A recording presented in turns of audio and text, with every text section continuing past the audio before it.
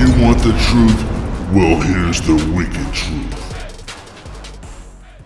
Yeah. And that's where I met KT at, and like I said, KT was from the west side, so I was on the west side a lot. I was on the south side, you know, I just, right. You know. I got one more question to ask you before I turn it over to Stack. You had a song, it was called Sawed Off Pump. Right. I got my sawed off pump in the goddamn trunk. Yeah. What, man, who made that song? Who came up with that? And what the hell was y'all thinking about at the time with that, man? Man, we was just real angry, man. I mean, you know, at that time, I think we was on the same label at that time. We were with, was that Power Records? Power Records. With Leroy McMahon. Yeah. And Georgette. Yeah. But talk to me about that particular record, man. Man, we was, at that time, man, you know, I mainly write according to how I'm feeling at the time. And so my music is subject to change, but it'll still be just street because that's where I came from. Right. You know, but that song, at that particular time, I was angry and ready, you know, ready to do it. Let me and tell so you. that was that song was about. Let me tell you a story about that song that you never knew. We on the road, 8Ball, us, and MC Breed. Right. I got a copy of that song before it was dropped from somebody, I don't know if it was Leroy or it was somebody in the office that gave me a copy of that song. Right. That's when cassette tapes was out back then. On God. We played that song. 8Ball, that's when 8Ball them had out, what's the first one, the first album they had, Stack? Come on, help me. The first successful, is it Coming Out Hard? Yes. They Coming Out Hard was out. So they out there pushing that. We out there pushing, I wanna say, Draw the Line, and Breed out there pushing something. Right. So we all on the bus together. So 8Ball playing that, we taking turns playing each of our music. So I said, I got this goddamn song right here. I put the song in. I got my sawed off pump in the goddamn truck. And 8Ball said, who the fuck is that? I said, that's them Hardboy. That bro, I see them the Hardboy. Right. He said, he was like, for real? He said, take it back. Took it back.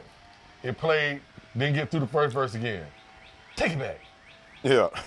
Play it again, didn't get through the first verse. Hey, shout out to Big Ball, though, man. That Ball made us take, I think we switched, we went through 2 states on just that song alone. Right. On repeat, and that's on everything. And they Ball would tell you that same thing. Wow. I'm talking about, we might have went through Alabama and what's the next one beside Alabama? Mississippi. Mississippi. We probably didn't stop playing that song until we got out to Louisiana.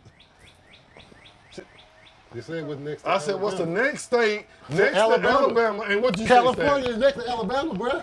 See, that's what I be talking. You see what I be talking about? Hey, man. You see what I'm saying now? This type of stuff I be, this type of stuff I be talking to y'all about. He was specific. Everybody be on me acting like I'm riding you too hard, Stack, and you just come out with some crap. Like this when I ask you, what's the state next to Alabama? You yell out Cali.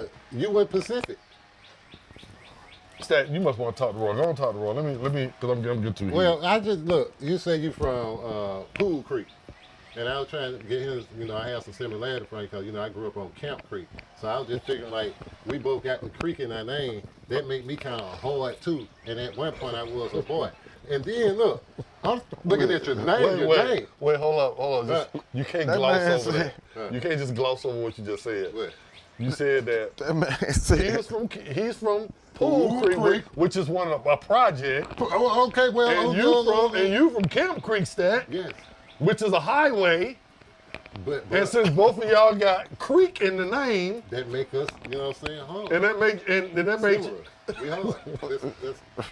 You can't deny that. You know what I'm saying? And I just want to come in too, like your name. You know, we don't say that because you might want to buy your name.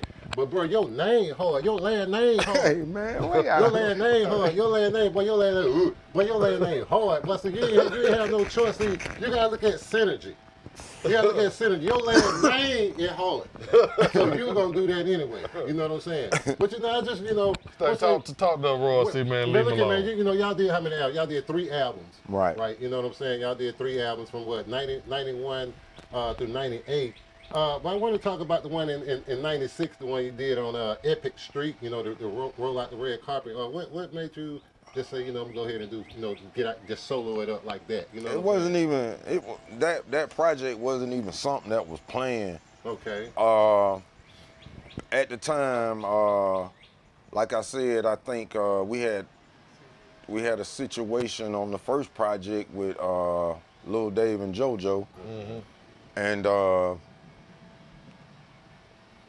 some legal stuff took place, and those guys ended up getting arrested and stuff like that, and so we ended up converting our how would I say it, man? We just ended up going to another label. Okay. Which was to me at that time that was just a big hit to us because we was just used to a certain type of lifestyle. Yeah. And then to fall back and have to kind of simmer down a little bit, it was like, man, hold up. So I went, I was ready for, hey man, fuck this, I'm finna go get it like this. And cause that's how I started, shit. So, and that's what brought the music along. We was just some poetic guys some street niggas just wrote about what we did. How do you feel, Roy C? And be honest, I know you're a stand-up guy, and there's certain stuff you might not like to say, but how do you feel when you had these conversations from,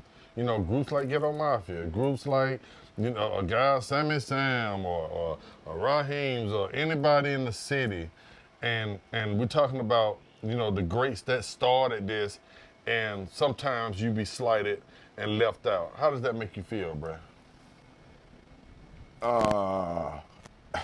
I wanted to say that, man. I just don't never feel left out. Okay. And the reason being is because of guys like you. Right. Yeah, and I meant the fans, not us leaving you out, like the fans. No, they'll but say I'm, Ghetto but Mafia, I'm, they'll but say, Raheem, they'll say Sammy Sam, they won't, but how do you feel about the fans, some of them, when they leave you out or don't know your contribution to this rap? Because like I tell everybody, if it weren't for the HARDBOYS, there would not be no Ghetto Mafia. I listen to every single word y'all have ever said. Right. I used to get into that, man. It used to bother me a little bit. But then I had to realize that a lot of people just wasn't taught and don't know. Like everybody ain't street. Right. Like everybody didn't listen to Prince and Michael Jackson. You just had some guys that just wasn't there. But I was a wide range type of guy that was raised on certain types of music out of my household. Yeah, okay. And so that's where I got the soul of my music from. Gotcha. From the household. So these kids today was,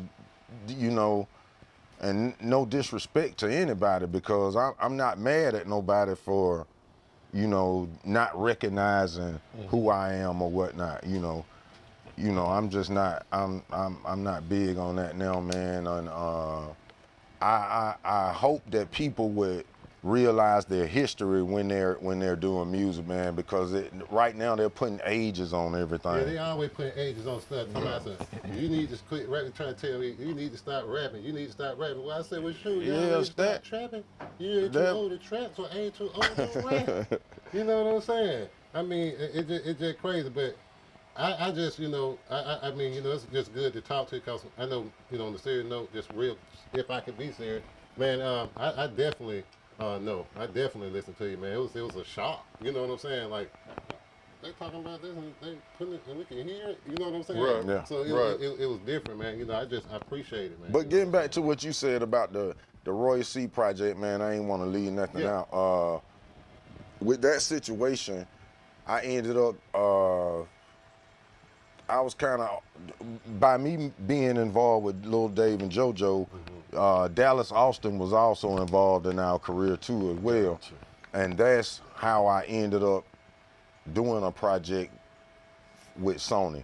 You actually did you were on the soundtrack. Right. And that was through LaFace Records, correct? That soundtrack was through Rowdy Records. Gotcha. Yeah. Through Dallas. Yeah, through Dallas. And so initially I was gonna do a solo project on Rowdy Records. Okay.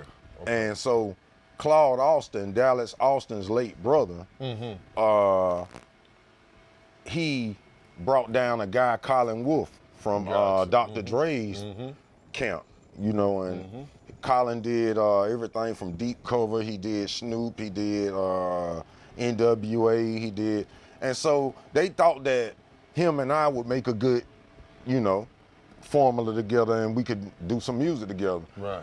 But at that time, you know, it felt good at the time. You know, I was happy to do the project, but at the same time, it wasn't my style of music because Colin was from a different, you know, his production was a Los Angeles, LA type of production. Absolutely. Yeah, and so people here wasn't used to it, you know. Absolutely. So now, you know, we focusing more on giving them South a Southern sound because that's what the HARDBOYS were really based on, even though we created our sound. Yeah. Okay. Wow. Stack, do you got anything else to say? Yeah, I mean, I just wanted to add who you know, I'm looking at the songs on, you know, Roll Out the Red Carpet, and you know, I see Ghetto Court. That's the introduction, and Ghetto Court 2. You know, we'll talk about who that is, but.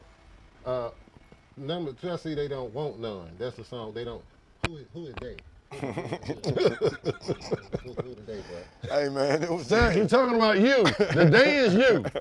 Tell him, bro. See, tell him the day is you. I just want to know who the day is, cause he's like. He's talking about you. Look, he's like, they don't want none. You know what I'm saying? Why y'all want to trip? You know what I'm saying? He's you know talking about you. Real G, eye for an eye. Wait a minute, hold on. You know, I just noticed something. Rossi, does he have a rabbit's ass on the top of his hat? It looked like a rabbit in the feet.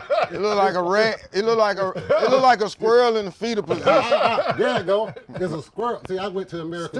What did you get that? Well, I went to America's, Georgia. So you just go in the store and say and find the ugliest thing that you can find and say, give me that one. I want the one up there. They trying to give you Nike. They trying to give you there. You say no. I had the hat first. No. And then it was give me the one way back there at the top.